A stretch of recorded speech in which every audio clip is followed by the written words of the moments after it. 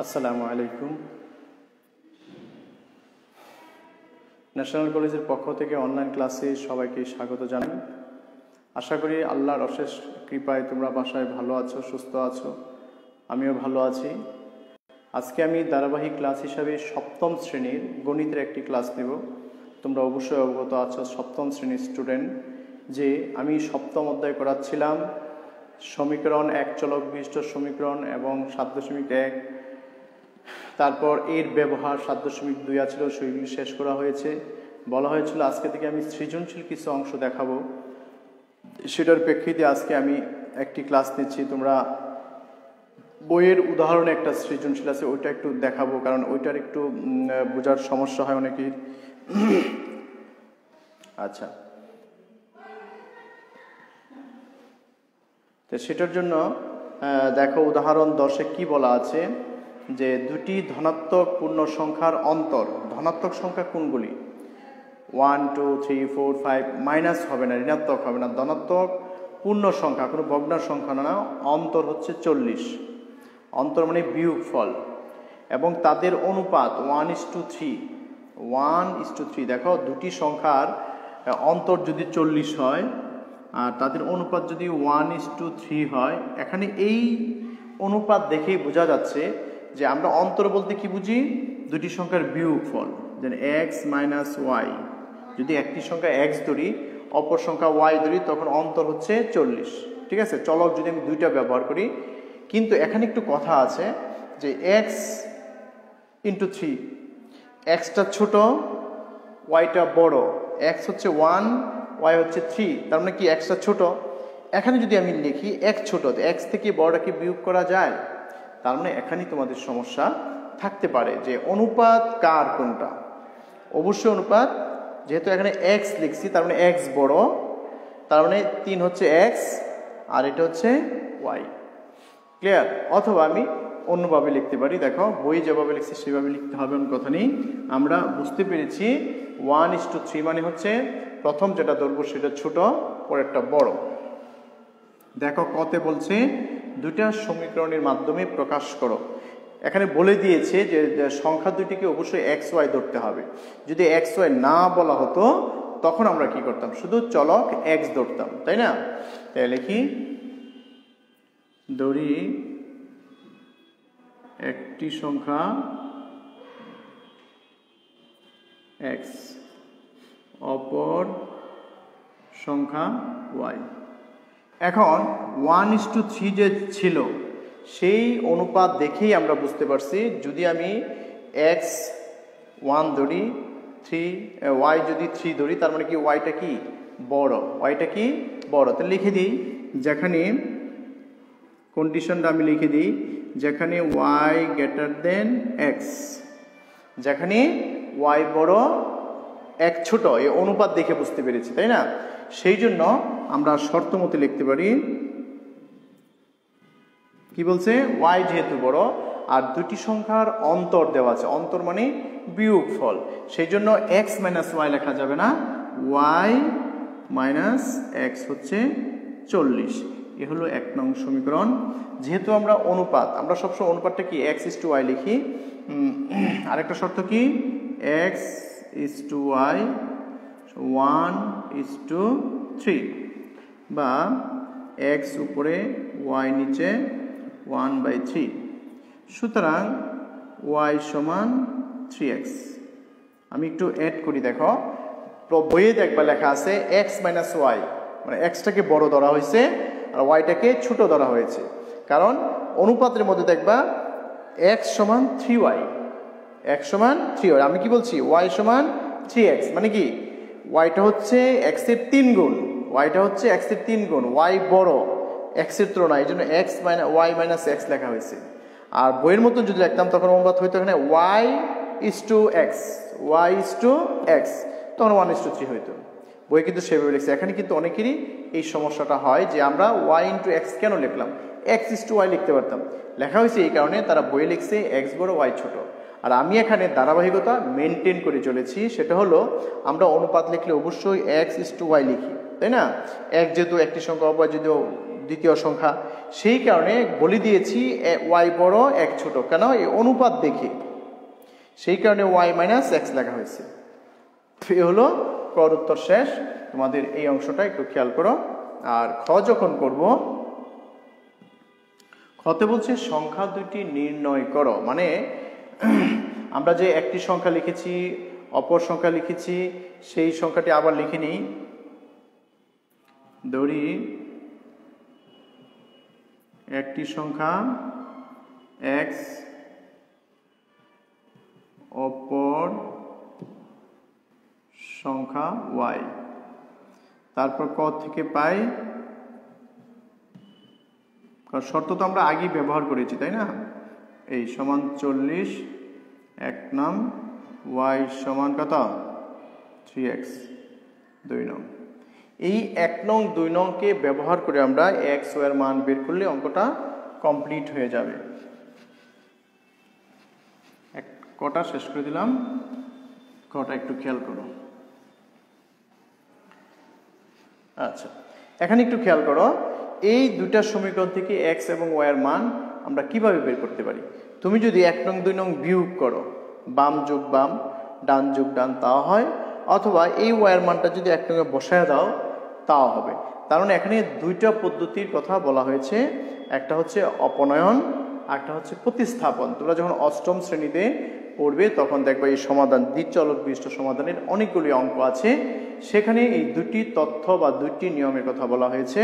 একটা হচ্ছে অপনয়ন, একই রকম হলে বিয়োগ করলে মাইনাস করলে আমরা ওয়াই ওয়াই কাটা যাবে। একটা হচ্ছে প্রতিস্থাপন, একটার মান আরেকটাতে বসায় দেওয়া। যেমন আমি সেই কাজটাই করি, যে 1 নং এ 1 নং সমীকরণে ওয়াই এর জায়গায় y সমান 3x বসাই, এই y এর জায়গায় আমরা 3x বসাই, তো কি হলো 3x মাইনাস x সমান 40। একটু খেয়াল করো, 3x এই y এর জায়গায় আমরা কি লিখছি 3x, আর এই y এর মান কত 3x, এই y এর জায়গায় আমরা 3x মাইনাস x সমান 40। এখন যদি আমি বিয়োগ করি থাকে 2x সমান 40। আমরা এই হলো এক চলক বিশিষ্ট সমাধান যা আমরা আগে করেছি, গুণ থাকলে ভাগ হয়, সুতরাং 1 সমান 10 দুগুণে 20 দুগুণে 40, তাই না। তো আমরা x এর মান পেলাম, মানে একটি সংখ্যা পেয়ে গেলাম। এই x এর মান যদি আমি 2 নং এ বসায় দেই, x এর মান 2 নং এ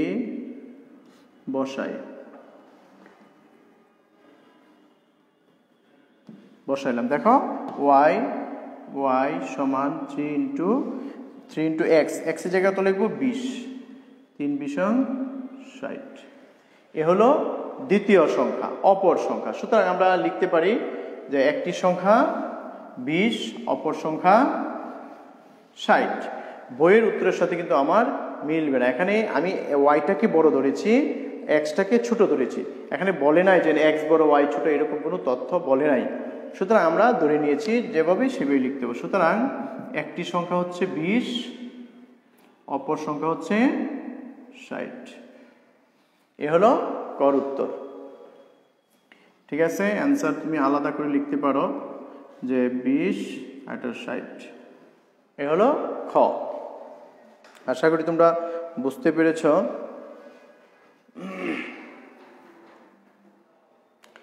এরপরে আমি যদি গ নাম্বারে চলে যাই তখন কি করতে হবে একটু দেখো।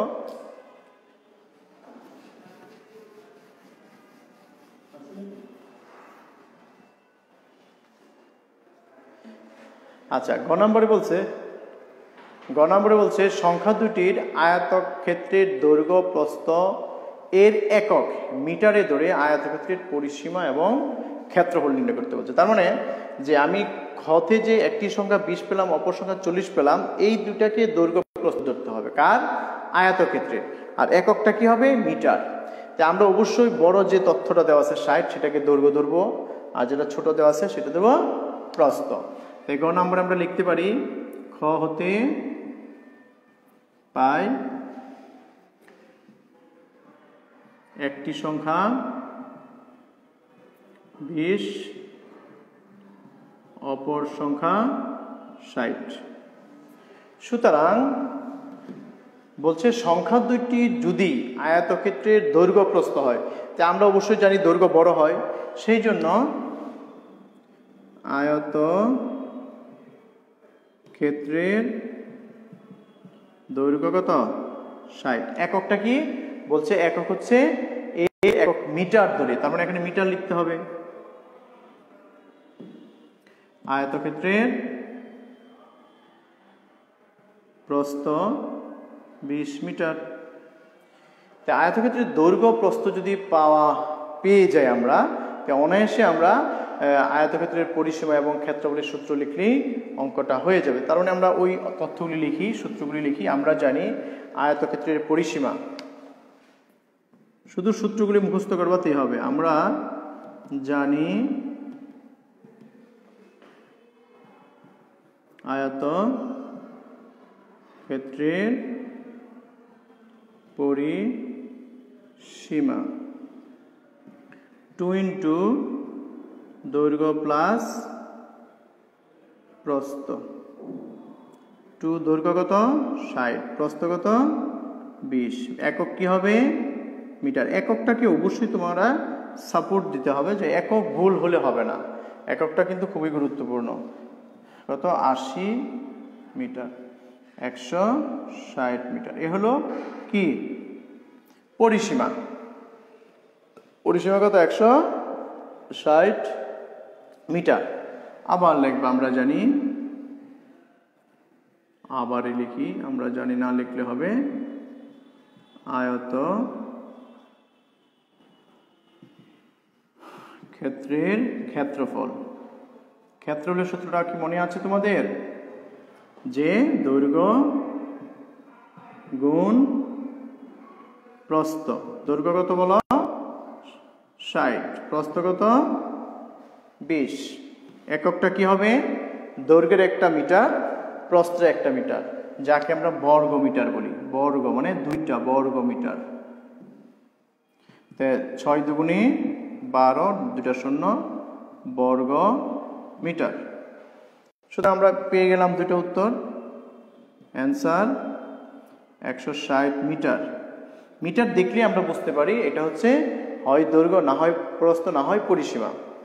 আর যখন দেখব বর্গ মিটার লেখা, তার মানে অবশ্যই এটা কি?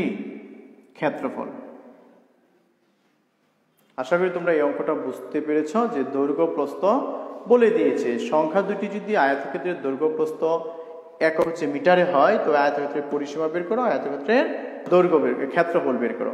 সুতরাং এই যে অঙ্কটা করলাম আমরা সৃজনশীল, প্রশ্ন ছিল কিন্তু খুবই সহজ, যে দুটি সংখ্যা অন্তর দেওয়া আছে এবং অনুপাত দেওয়া আছে। আমি যদি এখন তোমাদের বইয়ের যে অঙ্কগুলি আছে 1, 2 বা 3, ওইগুলি যদি আমরা এখন ব্যবহার করি, তাও করতে পারবো।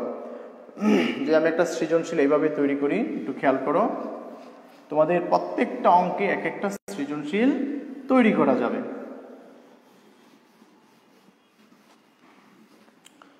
আচ্ছা, যেমন তোমাদের 12 নম্বর যে অঙ্কটা গত ক্লাসে বা এর আগে ক্লাসে করিয়েছি, যে শিফা ও লিজার বয়সের অনুপাত।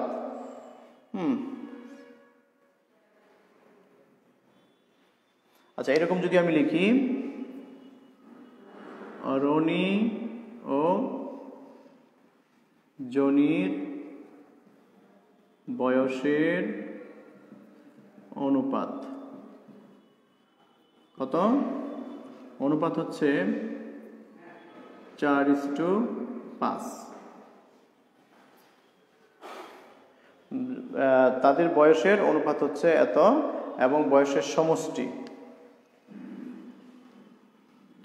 তাদের বয়সের সমষ্টি, সমষ্টি কি দিব? 45। সমষ্টিগত 45। ক,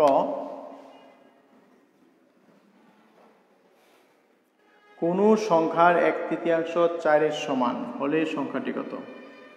কোন সংখ্যা কোনো সংখ্যার 1/3, কোনো সংখ্যার 1/3 4 হলে সংখ্যাটি কত? কোনো সংখ্যার 1/3 4 এর সমান হলে, 4 এর সমান হলে, 4 এর সমান হবে, 4 এর সমান হলে সংখ্যাটি কত? খ, তাদের বয়স কত? তাদের বয়স কত? গতে বললাম তাদের বয়সকে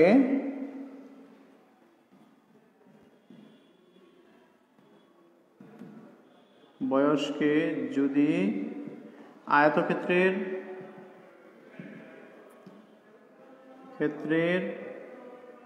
দৈর্ঘ্য ও প্রস্থ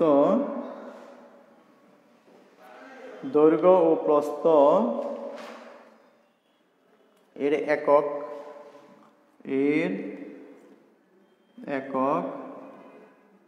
মিটার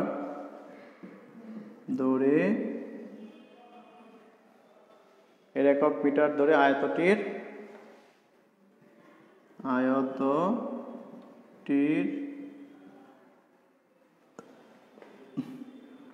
ক্ষেত্রফল ও কর্ণ নির্ণয় করো। এরকম যদি হয় আমাদের সৃজনশীলটা, তখন কি করতে হবে একটু খেয়াল করো। তো 1 নম্বরে ক নাম্বার যে অঙ্কটা দিয়েছি সেটার মধ্যে আমি এই সাইটে যদি লিখিয়ে দেখো, দেখা যাবে মনে হয়। এখানে যদি লিখি ক, বলছে ধরি সংখ্যাটি x, তো প্রশ্ন মতে বলছে কোন সংখ্যার 1/3, তো x এর 1/3 1/3 সমান 4। কোন সংখ্যার x এর 1/3 এত, বা x এর মানে গুণ চিহ্ন, উপরে x আছে 3 সমান 4, সুতরাং x সমান 3 4 12, সুতরাং সংখ্যাটি 12। তার মানে এটাকে একেবারেই সহজ। আচ্ছা, এটা গেল ক। খতে বলছে তাদের বয়স কত। আমরা এখন যদি বইয়ের একটা অঙ্ক করছি এরকম, সেইভাবে যদি অনুপাত দেওয়া থাকে ধরে নিতে পারি। খ, ধরি রনির বয়স কত? দেখো 4 আছে 5 আছে, তার মানে কি 4x বছর। তো জনির বয়স 5x বছর। যেহেতু সমষ্টি বলছে একেবারেই সহজ। সমষ্টি যদি বলে প্রশ্ন মতে, আজকে সহজ সৃজনশীল করাচ্ছি, আগামী ক্লাসে আরেকটু জটিল দেখাবো, তাতে তোমাদের আগ্রহটা বৃদ্ধি পাবে। যে সৃজনশীল বলতে তেমন কিছু নেই, শুধু অঙ্কটা তুমি যদি পারো সেটাকে একটু মনোযোগ সহকারে দেখি সেটাকে উপস্থাপন করা। 4 আর 1 5 9, x সমান 45 বা x সমান 45/9, সুতরাং x সমান 5 নং 45। এই x এর মান যদি আমি এখানে বসায় দেই, তবে কি হয়ে যাবে? দুজনের বয়স পেয়ে যাব। সুতরাং রনির বয়স 4 × 5 বা 20 বছর। জনির বয়স 5 × 5 বা 25 বছর। এই রনির বয়স এবং জনির বয়স। তোমরা আশা করি অঙ্কটা একেবারেই বুঝতে পেরেছ, কারণ গত ক্লাসে কিন্তু বইয়ে এরকম অঙ্ক ছিল, সেটার অনুরূপ একটা অঙ্ক দেখাচ্ছি। গ নম্বরে যদি যাই আমরা, বলছে তাদের বয়সকে যদি আয়তক্ষেত্রের দৈর্ঘ্য প্রস্থ এর একক মিটার ধরে আয়তক্ষেত্রটির ক্ষেত্রফল ও কর্ণ নির্ণয় করো। তার মানে দুটো সূত্র জানতে হবে, একটা হলো ক্ষেত্র, একটা কর্ণ। এখানে একটু খেয়াল করো যে রনির বয়স 20 বছর আর জনির বয়স 25 বছর। তাদের বয়স যদি আয়তক্ষেত্রের দৈর্ঘ্য হয়, দৈর্ঘ্য কোনটা হয়? যে সংখ্যাটা বড়, যার বয়স বেশি, সেটা হচ্ছে কি দৈর্ঘ্য, আয়তক্ষেত্রের দৈর্ঘ্য। তো আয়তক্ষেত্রের দৈর্ঘ্য আমরা ধরতে পারি কত? আগে লিখতে হবে খ থেকে পাই। গ নাম্বার দেখো, খ হতে পাই রনির বয়স কত বলো? 20 বছর আর জনির বয়স 25 বছর। সুতরাং আয়ত ক্ষেত্রের দৈর্ঘ্য কত হবে? বড়টা, ছোটটা কিন্তু দৈর্ঘ্য হয় না। 25 মিটার। একক কি লিখছি এখানে? দেখো মিটারে লিখেছি। আয়তক্ষেত্রের প্রস্থ 20 মিটার। এখন শুধু দুইটা সূত্র বসায় দিল, একটা হলো ক্ষেত্রফলের সূত্র, একটা হলো কর্ণের সূত্র। তার মানে তোমাদের সূত্র জানতে হবে। যেমন আগের অঙ্কে ছিল কি পরিসীমার সূত্র, 2 ইন্টু দৈর্ঘ্য প্লাস প্রস্থ, আর ক্ষেত্রের সূত্র কিন্তু ওই অঙ্ক আমরা ব্যবহার করেছি। সুতরাং আয়ত ক্ষেত্রের ক্ষেত্রফল, আমরা ক্ষেত্রফলের সূত্র জানি, দৈর্ঘ্য গুণ প্রস্থ। দৈর্ঘ্য কত? 25 ইন্টু 20 বর্গ মিটার। তোমাদের কিন্তু এই তথ্যটা মনে রাখতে হবে যে ক্ষেত্রফল যদি হয় অবশ্যই বর্গ মিটার লিখতে হবে, বর্গ একক লিখতে হবে। বর্গ সেন্টিমিটার হতে পারে, বর্গ কিলোমিটার হতে পারে, বর্গ শব্দটা থাকবে। সুতরাং এখন যদি গুণ করি কত হয়? 25 দুগুণী 50, একটা শূন্য, বর্গ মিটার। এরপরে আমরা কি করব? শুধু কর্ণের সূত্রটা ব্যবহার করব, তাতে অঙ্কটা কমপ্লিট হয়ে যাবে। তে আমরা কি লিখবো বলো? আয়তক্ষেত্রের কর্ণ। সুতরাং আয়ত ক্ষেত্রের কর্ণ, কর্ণ বা কর্ণের দৈর্ঘ্য একই কথা। সূত্রটা কি? সূত্রটা শুধু মুখস্থ করবা, দৈর্ঘ্য স্কয়ার প্লাস প্রস্থ স্কয়ার। তার মানে ক্যালকুলেটর কিন্তু লাগবে।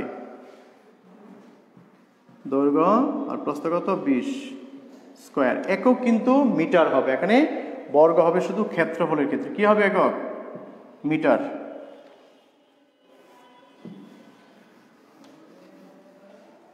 সমান কত হয়? 25 এর স্কয়ার দিলে কত হয়? 625। আর এটা দিলে কত? 2 দুগুণে 4, দুটো শূন্য। যতটুকু পারি ততটুকু ক্যালকুলেশন করো, বাকিটা তোমরা নিজেরা করে নিবে। 5 to 10।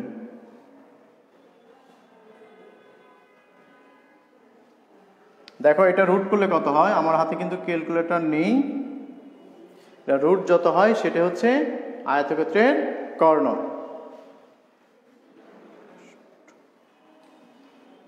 ঠিক আছে, আশা করি তোমরা বুঝতে পেরেছ। বুঝবে যখন তোমরা পরে লাইভ ক্লাসটা পরে যখন দেখবে তখন বুঝতে পারবে।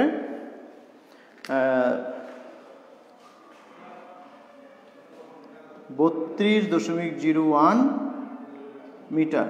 আমরা এখানে একটু প্রায় শব্দটা লিখে দিব, তেই তোমাদের আর সমস্যা থাকবে না। আশা করি অঙ্কটা বুঝতে পেরেছ। সুতরাং সৃজনশীল তেমন কঠিন বিষয় না।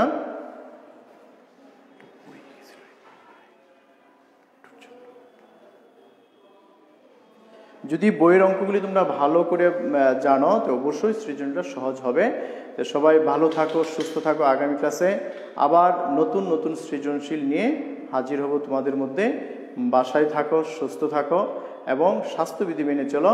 বাইরে গেলে অবশ্যই তোমরা মাস্ক ব্যবহার করবে এবং হাতটা সাবান দিয়ে ভালো করে 20 সেকেন্ড অন্তত ধুলাই করবে। আগামী ক্লাসে অংশগ্রহণ করার আমন্ত্রণ জানিয়ে এখনই শেষ করছি। খুদা হাফেজ, আসসালামু আলাইকুম।